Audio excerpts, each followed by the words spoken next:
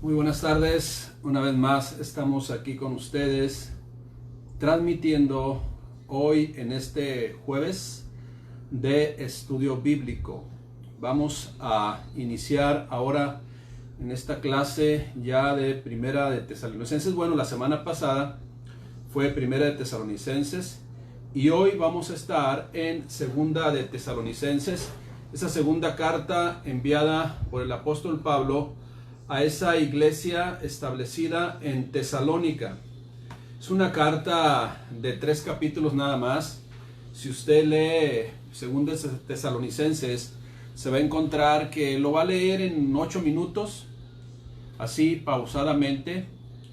Información muy importante. Acuérdense que toda la palabra de Dios trae principios que debemos atrapar ustedes y ser parte de nuestra vida.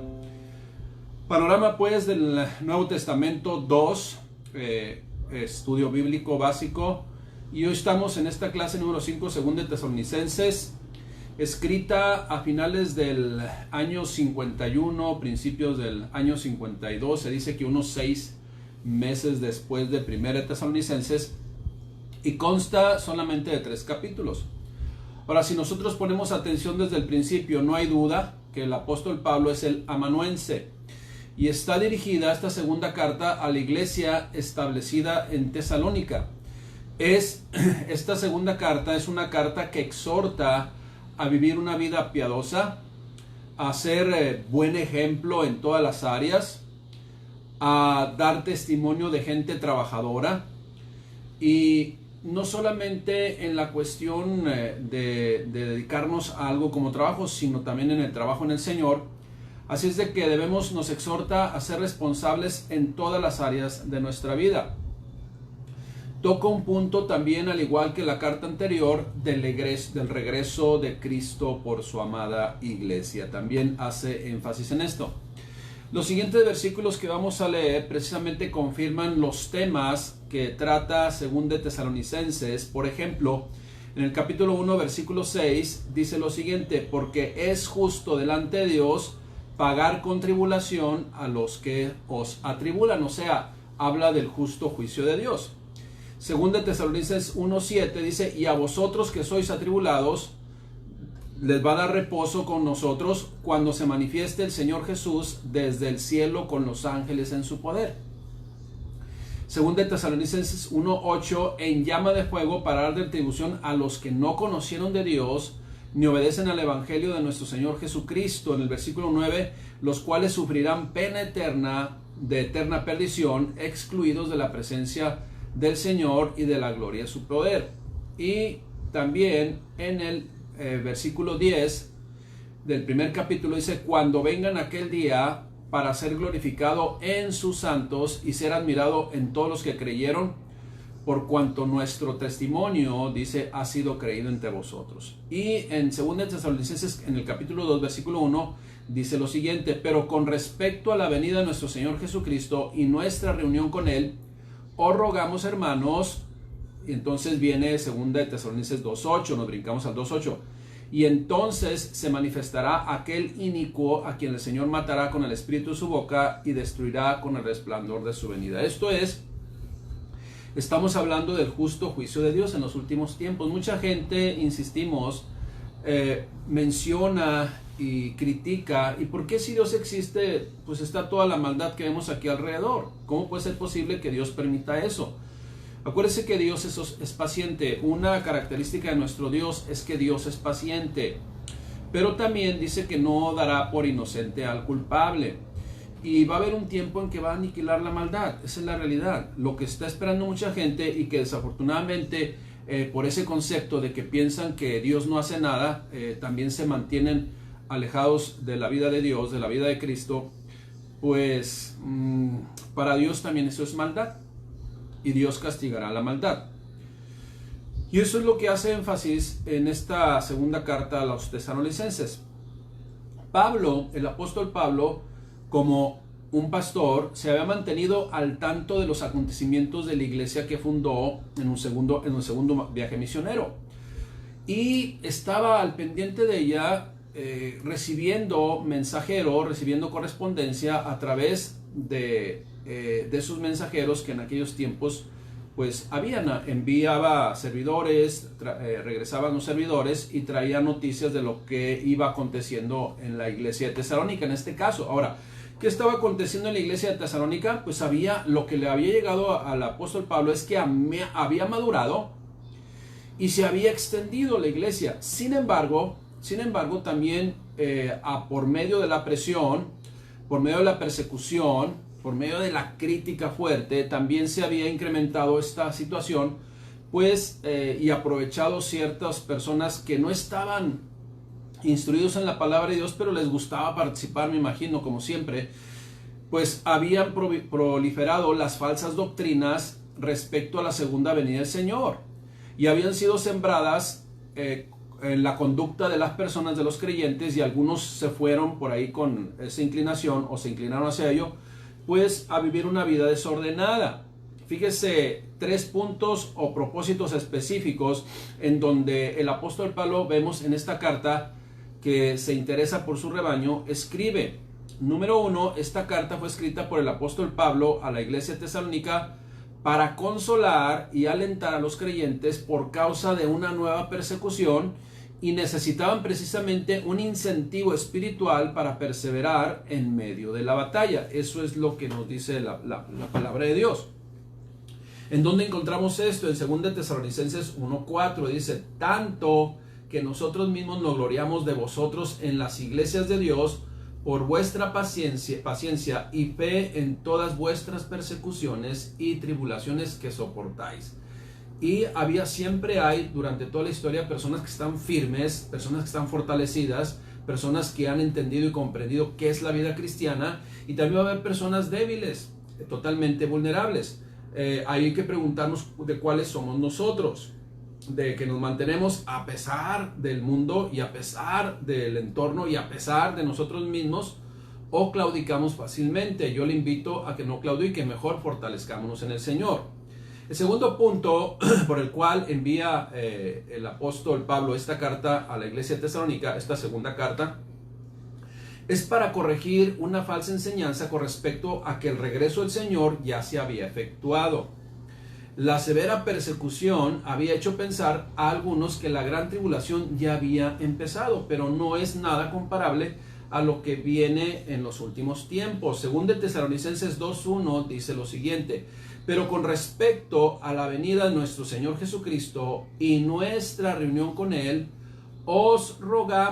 les rogamos, hermanos, que no os dejéis mover fácilmente de vuestro modo de pensar, ni os conturbéis, ni por espíritu, ni por palabra, ni por carta, como si fuera nuestra, en el sentido de que el día del Señor está cerca.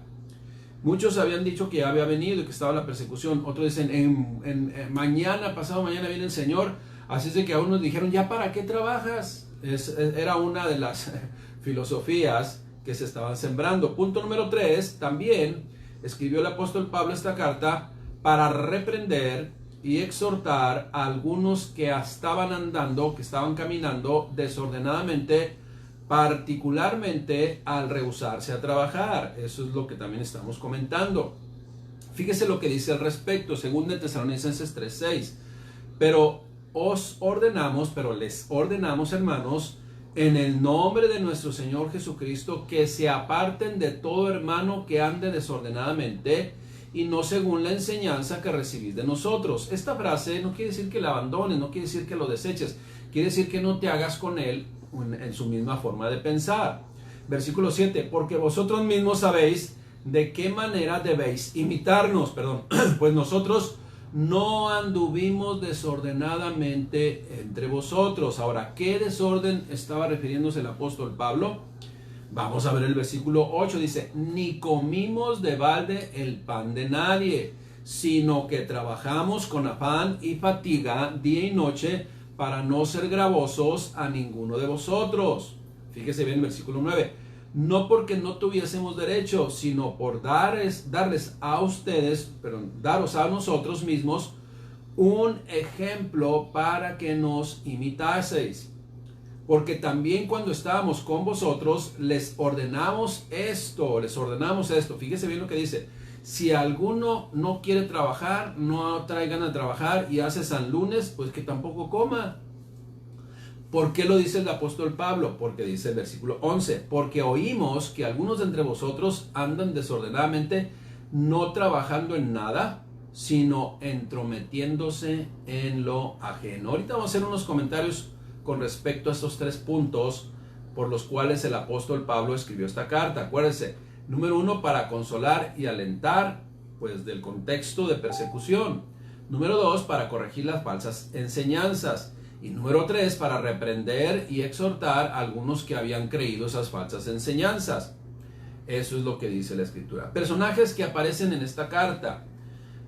Los conocidos, ¿verdad? Ya por todos nosotros, Pablo, el apóstol Pablo, Silas, Timoteo, y por supuesto, le comento esto, y por supuesto, como en todas las demás cartas, el Señor Jesucristo siempre está presente en todas las cartas, y solamente le comento esto, porque algunos pueden decir, oye, pues si nunca ha mencionado que Jesucristo está en las cartas. Bueno, siempre, el Señor Jesucristo, sin Él no tendría sentido no solamente esta carta, sino todo el Evangelio. Siempre Jesucristo está ahí. Pero vamos a ver personajes humanos, ¿no? Personajes, vamos a decir, como nosotros, servidores de Dios. El Señor Jesucristo ya había ascendido, ya estaba a la diestra del Padre, a la derecha del Padre. Entonces aquí seamos pues centrados en ello. Jesucristo en todo el Evangelio, es más, desde el Antiguo Testamento se menciona a Jesucristo. Temas tratados en esta carta. Temas tratados, la disciplina en la iglesia. Ese es un tema tratado en esta carta. Y ante la disciplina muchos sucumben. O sea, no soportan la disciplina. Y piensan, es que Dios es amor. Pero Dios no va a permitir el desorden en la iglesia y se tiene que disciplinar. Bueno, entonces la disciplina en la iglesia, quizás muchos en aquel tiempo en Tesalónica se fueron, abandonaron la iglesia porque Pablo y los que estaban encargados de la iglesia eran muy firmes en respetar la Escritura y hacer respetar la Escritura y vivir en el orden de Dios. Y el otro tema tratado también, la recompensa de Dios a sus hijos en una justa retribución. Ahora, Dios va a dar una justa retribución a los creyentes, pero también a los no creyentes, y va a ser muy diferente. Bueno, ahora vamos a pasar a nuestro ya acostumbrado bosquejo, en donde, como son 3 capítulos nada más, pues podemos leer gran parte directa de la carta. Lo vamos a hacer en el capítulo 2, ya que solo, como le digo, consta de 3 capítulos. Vamos a iniciar pues con el capítulo número 1 e inicia como siempre con toda dedicación esa carta, la salutación. Y después de la salutación comienza rápidamente en que Dios juzgará al mundo por medio de Cristo. Ahora, cuando leemos esta parte, que Dios juzgará al mundo por medio de Cristo y que va a dar una justa retribución a los creyentes y a los no creyentes, que son retribuciones totalmente contrarias, pues los creyentes dan gracias a Dios, los creyentes damos gracias a Dios, y los incrédulos siempre terminan sus autojustificaciones. Quien se ofende por alguna palabra dura que encontremos en la Biblia, en la palabra de Dios, pues obviamente está siendo aludido. Obviamente, como dicen por ahí, le quedó el saco, le quedó la medida del saco. Se dice que Pablo, el apóstol Pablo, escribió esta carta desde Corinto menos de un año después de que escribiera Primera de Tesalonicenses, alrededor de 6 meses. Ya había visitado la ciudad de Tesalónica junto con Timoteo y Silas en su segundo viaje misionero.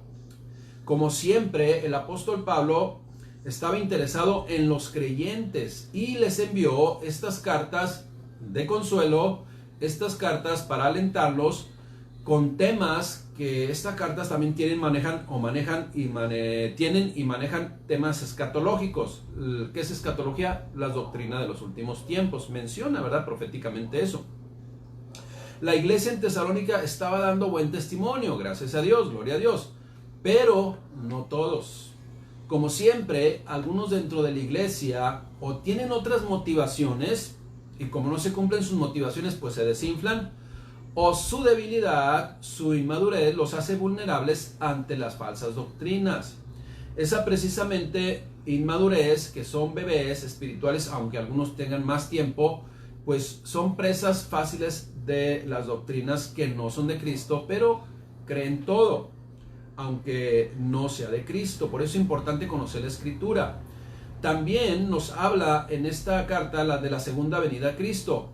Y esta segunda venida de Cristo, mencionarlo, bueno, que lo menciona el apóstol Pablo, tenía el propósito pues de corregir falsas enseñanzas acerca de este regreso de Cristo por su iglesia. En este caso voy a leer textualmente el comentario Diario Vivir, que dice al respecto: Tesalónica era la capital y la ciudad más grande de la provincia romana de Macedonia.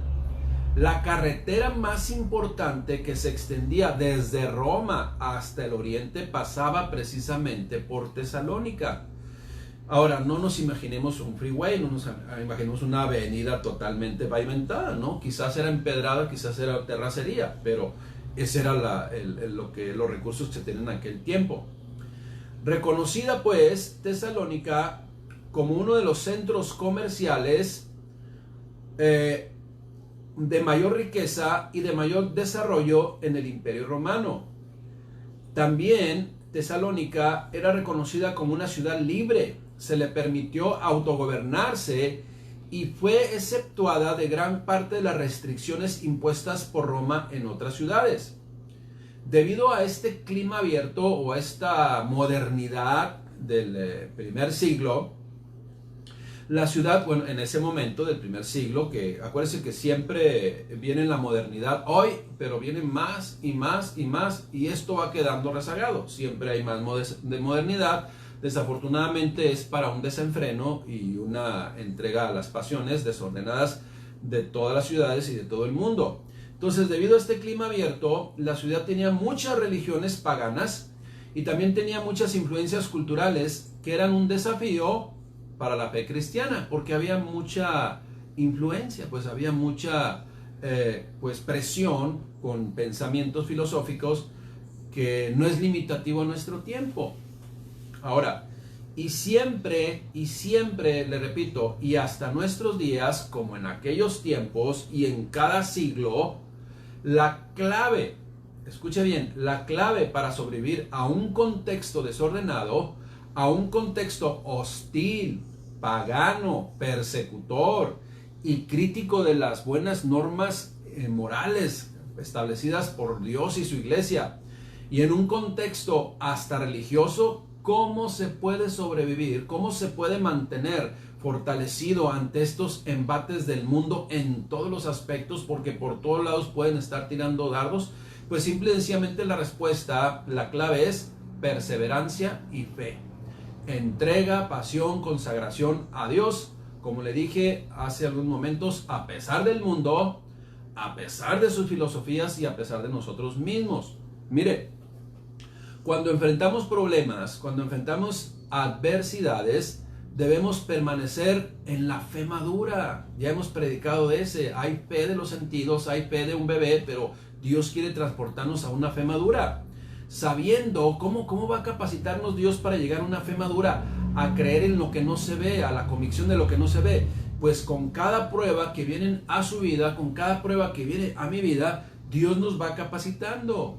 Y acuérdese, Dios es justo, y al conocer que Dios es justo, a que Dios es amor, a que Dios es paciente, a que Dios tiene todos los atributos que nos benefician a usted y a mí, eso nos debe sobrar y bastar. Él es el Todopoderoso.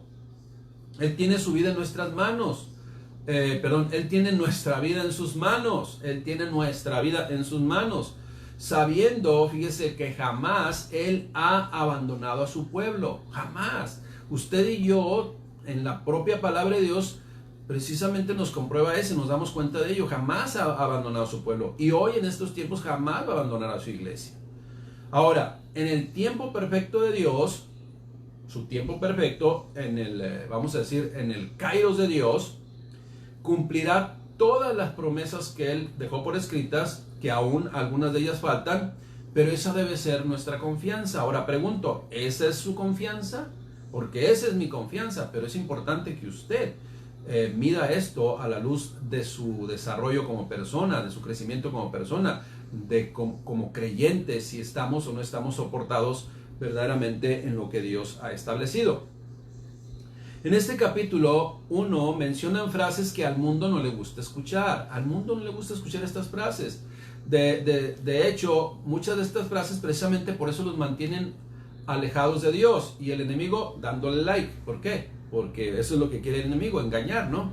No les gustan esta clase de frases. Según de Tesalonicenses 1:8, por ejemplo, en llama de fuego, para dar retribución a los que no conocieron a Dios, ni obedecen al Evangelio de nuestro Señor Jesucristo, los cuales sufrirán pena de eterna perdición, excluidos de la presencia del Señor y de la gloria de su poder. Ahora, ¿quiénes son las personas que van a estar siendo, vamos a decir, temerosos de esto? No, pues el Señor quiere mandarnos al infierno. No, ¿quiénes? Pues las que precisamente no creen en Dios, que todavía no solamente no creen en Dios, sino dicen, por esto no me acerco a Dios, por estos versículos, no sabiendo y siendo engañados por el enemigo, como le digo, que le sigue dando like, que al convertirse a Dios, esto salen precisamente de esta circunstancia, de esta tipificación, de ser considerados dentro de este versículo bíblico. Bien, acuérdense, los que somos nacidos de nuevo, los que estamos del otro lado, vemos estos y oramos por aquellos que no están convertidos. Pero los que no son convertidos, pues precisamente por eso no se acercan a Dios, porque dicen, es que Dios es muy duro, es malo, no quiero ese Dios, el Dios de la Biblia es muy cruel. Bueno, con la maldad, si usted persiste a estar en el equipo de la maldad, va a ser cruel con la maldad. Por eso le invitamos total y absolutamente a que doblegue su corazón a Cristo y cambie de la muerte a vida, cambie de la oscuridad a la luz de Dios, cambie de la maldad a vivir bajo la cobertura del Dios bondadoso y justo en todos los aspectos. Bien, terminamos el capítulo 1, vamos al capítulo 2. Capítulo 2, voy a leer la traducción lenguaje actual, dice lo siguiente, capítulo 2 de 2 Tesalonicenses, desde el versículo 1. Cuando nuestro Señor Jesucristo regrese, nosotros nos reuniremos con Él. ¿Quiénes? Los creyentes, los que amamos su palabra, los que nos interesamos en vivir conforme a su voluntad. No los que tienen religión. Los que tienen religión solamente es para cumplir. Es como cuando estaban en la ley, solamente cumplían, pero su corazón estaba lejos de Dios. Los que tienen religión hoy solamente cumplen, pero su corazón está fuera de Dios. Véanlo solamente, por sus frutos los conoceréis, así dice la propia Escritura, palabras de nuestro Señor Jesucristo. Cuando nuestro Señor Jesucristo regrese, nosotros nos reunimos con Él. Por eso le rogamos, hermanos, que no se dejen confundir tan fácilmente. No se asusten si alguien asegura que ya llegó el día del Señor. Sí, Jesús volverá, pero todavía no es el tiempo. Tal vez alguien les mienta diciendo que el Espíritu le dijo eso, o que nosotros les enseñamos eso personalmente o por carta. No permitan que nadie los engañe, como diciendo, yo no les he dicho eso. Acuérdense lo que les ha dejado por escrito. No permitan que nadie les engañe. Ese día, el día de Cristo, no llegará hasta que los enemigos de Dios se rebelen contra Él, pero muy objetivamente, y haya aparecido el hombre malvado, va a ser bien identificado, que será destruido. Dios acabará con él.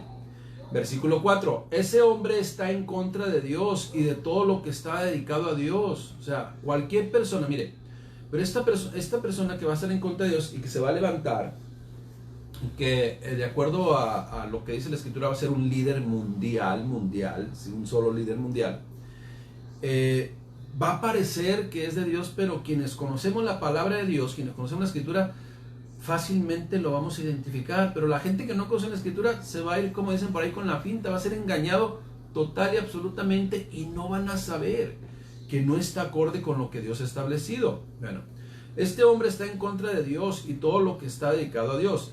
Hasta pondrá su trono en el templo de Dios. ¿Para qué? Para parecer que viene de Dios. Y afirmará que él mismo es Dios. Fíjese. Versículo 5, que es lo que dice el apóstol Pablo. Acuérdense de que ya les había hablado de esto cuando estuve con ustedes. Bien saben ustedes qué es lo que detiene al hombre malvado hasta ahorita, ¿no? Para que no aparezca antes de tiempo, porque su plan secreto de maldad ya está en marcha. Solo falta que se quite de en medio lo que detiene a este hombre. ¿Quién va a quitar de en medio lo que detiene a este hombre? Pues Dios mismo, ¿no? Porque Dios es el que permite todas las cosas. Y acuérdese, solamente es para separar lo que es y lo que no es. Después de eso, el malvado aparecerá. Y fíjese bien lo que menciona. Satanás lo ayudará a engañar a muchos con señales y falsos milagros. Engañará con toda clase de mentiras a los que no quisieron amar y aceptar el verdadero mensaje de Jesucristo. Mensaje que podría haberlos salvado del castigo que recibirán. Ahí está el apercibimiento. Dios va a permitir que ese hombre mentiroso y malvado los engañe. ¿Para qué? Para que acepten lo que es falso. Así Dios castigará a todos los que no han querido creer en el verdadero mensaje y son felices haciendo el mal. Se deleitan adulterando, se deleitan fornicando, se deleitan robando, se deleitan aprovechándose de su prójimo. Están en contra de la voluntad de Dios. Porque Dios dice, amarás a tu prójimo como a ti mismo, pero ellos se aprovechan del prójimo, ¿sí? De todo, de todo. Acuérdense, hay personas que se levantan y luego viene en su mente cómo dañar al otro, a las otras personas. Esa es la realidad. Pero cuando el Señor Jesús vuelva con todo su poder y su gloria, destruirá con el soplo de su boca al hombre malvado y le quitará su poder. Pero acuérdense, todo esto es ¿para qué? Para que se manifieste quiénes son y quiénes no son. Ahora, Dios y muchos de nosotros, porque por su fruto los conoceréis, ya lo sabemos. Pero ellos mismos se van a dar cuenta que pues aborrecen a Dios, pues es la realidad. Por eso dice la palabra de Dios en el versículo 13 del capítulo 2 de 2 de Tesalonicenses: estad firmes. Usted y yo debemos estar firmes. Después de hablar de estas situaciones, ahora se refiere a la iglesia. Pero nosotros siempre debemos darle gracias a Dios por ustedes. Dios les ama y los eligió desde un principio para que se salvaran del castigo.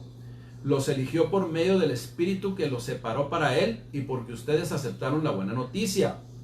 Ahora, Dios quiere que todos acepten la buena noticia, pero los que ya estamos de este lado, iglesia, pues ya aplica esta palabra en presente de hoy, en el presente continuo, porque ya nos damos cuenta que gracias a la misericordia de Dios podemos estar acá.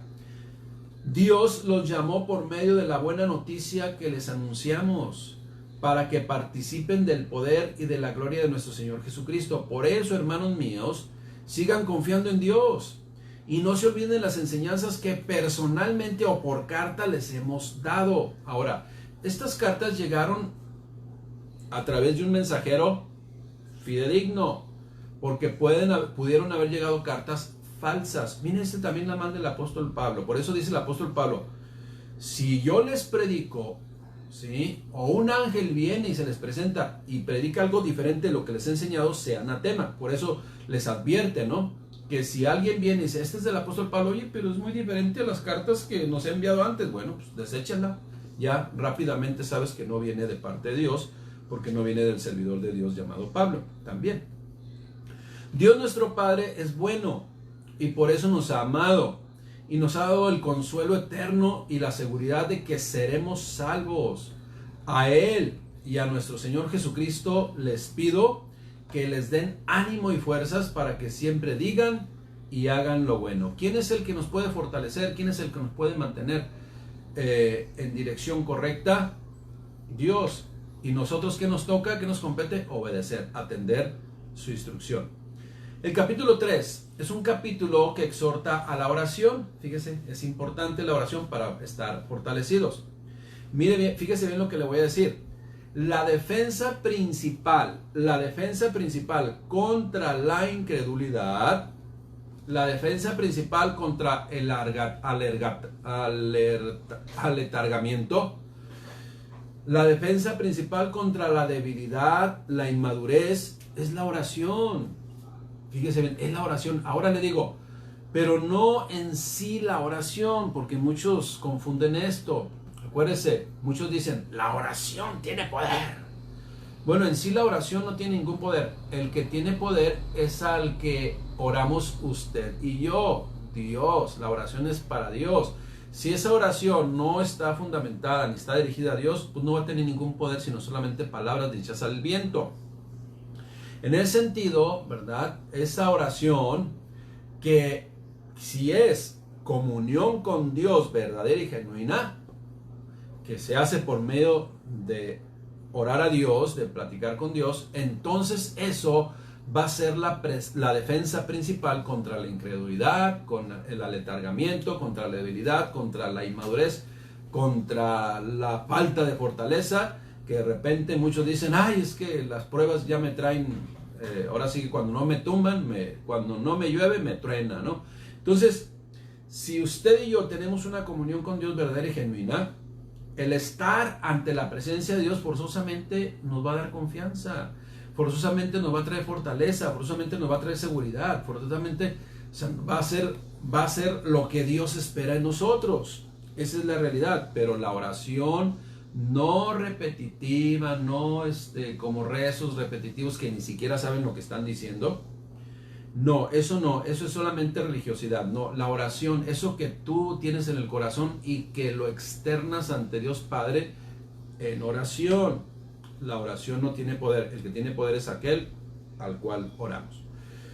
También los versículos 6 al 10, en esta porción del capítulo 3, Pablo está escribiendo acerca de las personas apáticas. Por eso les digo, ¿cómo vamos a vencer eso? Pues permaneciendo en la comunión con Dios. Pablo está escribiendo acerca de las personas apáticas y hasta perezosas. Y esas personas apáticas y perezosas pues contagian. Esa es la realidad. Quien se junta con un perezoso, con una persona que no tiene visión, con una persona que tiene un aletargamiento, con una persona que se la pasa dormida, al rato se va a contaminar de ello. Les dice pues lo siguiente, que cuando él, el apóstol Pablo, y sus compañeros estuvieron en Tesalónica, trabajaron duro para comprar lo que necesitaban en lugar de ser una carga para algunos de los creyentes. Y menciona en este capítulo la importancia de ser diligentes, la importancia de ser responsables y no flojos. Y en donde menciona, ¿verdad? En el versículo 10, estamos en el capítulo 3, pero en el versículo 10 y 11, dice, si alguno no quiere trabajar, si es flojo, pues que tampoco coma. Así dice la palabra de Dios. Cuando estamos con ustedes, les decíamos que quien no quiere trabajar tampoco tiene derecho a comer. Pero nos hemos enterado de que hay entre ustedes algunos que no quieren trabajar y que pasan metiéndose en asuntos ajenos. Porque como están desocupados, no tienen otra cosa que hacer, no solamente se involucran en chisme, no solamente se involucran en cosas ajenas, sino también dan problemas a la iglesia. Porque están desocupados. ¿Y ahora qué hago? Pues no estoy trabajando, no produzco, no hago nada. ¿Qué hago? Pues voy a traer conflicto a la iglesia. Cuidado con esos. Menciona el comentario Diario Vivir. Otra vez lo voy a traer a colación. Hay diferencia entre el descanso y la ociosidad. El relajarse y recrearse provee un balance necesario para nuestras vidas. ¿Es necesario descansar? Sí. Pero cuando es tiempo de trabajar, los cristianos deben ser diligentes en hacerlo. Debemos usar al máximo nuestro talento y tiempo y hacer todo lo necesario para buscar nuestro sustento y el de los que dependen de nosotros. Ahora, descanse cuando tiene que descansar y cuando tiene que trabajar, trabaje. Pero es más trabajo que descanso. ¿Okay? No es 50-50, es más trabajo que descanso. Sin embargo, el apóstol Pablo toma este punto porque el engaño de personas que no conocen la palabra de Dios, pero que tienen el don de la persuasión, influenciaron a algunos a dejar de trabajar. ¿Qué les dijeron? Les mencionaron que ¿para qué trabajan? Si Cristo en un momento u otro ya iba a regresar. Obviamente quien enseñaba así, pues seguramente no trabajaba. Y para ellos y para muchos hoy en la actualidad, hoy en este siglo XXI, el trabajar es pecado. Así argumenta. Yo he escuchado a algunos, ¿no? Que el trabajar es pecado. ¿Y qué sucede? Pues como no trabajan, como no hacen nada, y algunos dicen, no, a mí Dios me mantiene, cuidado con esos. Su falta de actividad solo les conduce al pecado. El ser partes, como le dije anteriormente, de chismes y siendo una carga para la iglesia en todos los sentidos. Ahí andan pidiendo prestado aquí, prestado allá, manifestando su necesidad de que no tienen dinero, pero tampoco trabajan. ¿Para qué? Para que la iglesia los mantenga. Cuidado con ellos. Pero Pablo les dijo que fueran responsables, que seamos responsables y que trabajemos. Estar preparado para Cristo significa obedecerle en cada área de la vida, incluyendo en ser diligentes, responsables y bien trabajadores. Ya que sabemos que Cristo viene, sí, debemos vivir de tal manera que nuestra fe y nuestra vida diaria le agraden cuando Él regrese. ¿Sí? Espero que no nos encuentre dormidos haciendo San Lunes. Pablo aconseja a la iglesia a no apoyar, fíjese bien, un comentario también que yo encontré del comentario bíblico Diario Vivir. Pablo aconseja a la iglesia, si usted estudia el contexto de todo lo que está hablando aquí en el capítulo 3, Pablo aconseja a la iglesia a no apoyar económicamente ni reunirse con aquellos que persisten en su ociosidad. Escuche bien. Hambre, cuando padezcan hambre y soledad, pues pueden ser los medios muy efectivos para conseguir que la persona ociosa se convierta en productiva. Pablo no estaba aconsejando frialdad o crueldad, no, porque mucha gente así cataloga a quienes aplicamos estos principios. Nos catalogan de fríos, de crueles, de falta de amor. No. Pablo no estaba aconsejando frialdad o crueldad, sino la clase de amor firme que se requiere mostrar a un hermano o una hermana que son flojitos, que son irresponsables, que les falta el pan y que no tienen recursos porque no, definitivamente son flojos, no trabajan. Esa es la realidad. Y pues ni modo que padezcan un poquito para que entonces tomen responsabilidad y tengan que hacer lo que hacemos usted y yo, lo que hacemos todos. Hay personas que se ofendan cuando les dicen, oye, ¿ya estás trabajando? Porque tienes ya como 3, 4 meses que no trabajas, ya estás trabajando. Y hasta se molestan, se ofenden. Cuidado con eso, iglesia, cuidado, porque el que no trabaje, que no coma, punto. Segunda Tesalonicenses, en el capítulo 3, versículo 16, termina diciendo, esas son las últimas frases de esta carta, que el Señor que da la paz, les dé paz en todo lugar y en todo tiempo, y los acompañe siempre. Yo, Pablo, escribo este saludo final con mi propia mano. Así es como firmo todas mis cartas. Esta es mi letra. Dice, estoy leyendo la traducción lenguaje actual. Deseo que nuestro Señor sea bueno y amoroso con todos ustedes. Pero no confundan, ¿sí?, la falta de amor con justicia de Dios. Finalmente les comento, iglesia. La carta cuyo nombre es Segunda Tesalonicenses es especialmente significativa para aquellos que están siendo perseguidos o que están siendo atacados y tienen presión por falta de su fe, o a causa de su fe, o sea, alguien los presiona a causa de su fe. ¿Son criticados o somos criticados? En el capítulo 1, pues, se nos dice lo que es el sufrimiento, o lo que él nos dice lo que el sufrimiento puede hacer por nosotros. Se nos dice lo que el sufrimiento puede hacer por nosotros. En el capítulo 2 se nos asegura la victoria final. En el capítulo 3 se nos anima a vivir en forma responsable y, a pesar de las circunstancias difíciles, permanecer frentes ante el Señor, o de pie ante el Señor. El regreso de Cristo es más que el regreso de Cristo, que Cristo regresa por su iglesia, más que una doctrina, es una promesa de Dios. Él viene. Son las mismas palabras que usó el Señor Jesucristo, o lo mencionó Jesucristo con sus palabras, con su boca. Esta epístola, pues, de Segunda Tesalonicenses, no es solo para el futuro, sino tiene un impacto vital en la forma como se está desarrollando el mundo en nuestros tiempos. Iglesia, esta es la segunda carta a los tesalonicenses, una carta también que nos apercibe a usted y a mí de cómo debemos conducirnos. Cristo viene, sí, ¿cuándo? No sabemos, pero mientras, trabajemos, tanto en la obra de Dios, compartiendo el Evangelio, como también en el trabajo que Dios nos ha dado para ser productivos siempre. Eso es lo que el Señor nos enseña. Amén. Que Dios les bendiga, iglesia. Damos gracias a Dios por cada una de sus vidas. Gracias, Padre, te damos por cada uno de nosotros que estamos reunidos para ser edificados en tu perfecta voluntad. Gracias, Padre, porque tú eres nuestro Señor, tú eres nuestro Salvador. Y sí, mi Dios, dice tu palabra que debemos ser diligentes en todo lo que hacemos, que no debemos creer en doctrinas falsas o modernismos, que de repente modas que vienen en el cristianismo, que llegan y luego se van y solamente destruyen, solamente dividen, pero que si nosotros conocemos tu palabra, permaneceremos fieles a ella, con una iglesia siempre bajo tu cobertura, una iglesia siempre bien constituida, siempre bien concertada, trabajándonos y apoyándonos unos con otros. Gracias, mi Dios, por tu amor. Y mi Dios, en el área del trabajo, sabemos que los que tenemos un trabajo secular, por llamarle así, tenemos que ser productivos, y los que se dedican 100% a la obra de Dios, que es un trabajo también muy que debemos ser más responsables todavía que afuera, pues de ahí también muchos tienen su sustento diario y tú se los provees por misericordia y amor. Siempre tenemos que estar trabajando, pero en el tiempo tuyo.